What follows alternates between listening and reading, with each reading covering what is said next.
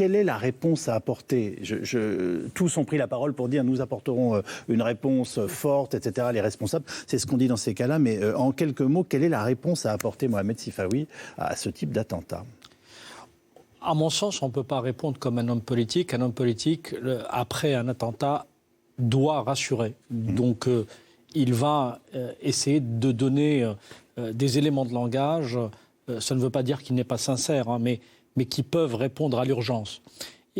Notre rôle, c'est d'essayer de décrypter. On a une situation qui est ce qu'elle est, une menace terroriste islamiste planétaire, et qui se focalise sur la France. Oui. La France qui prend la place des États-Unis comme cible numéro 1 pour le terrorisme islamiste. C'est écrit dans leur littérature.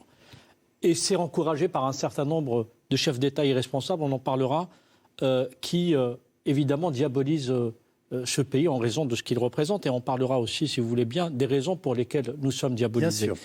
Mais si nous devions, nous, en toute sérénité, expliquer aux téléspectateurs quelles seraient les réponses à apporter. Il ne faut pas leur mentir. Les réponses dans une situation où l'islam politique est enquisté à ce point dans la société française, où la menace terroriste est si pesante, ne peut se concevoir que dans la durée.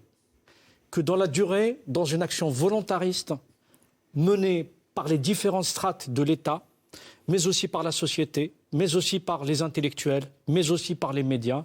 Et je pense que nous sommes véritablement dans un tournant,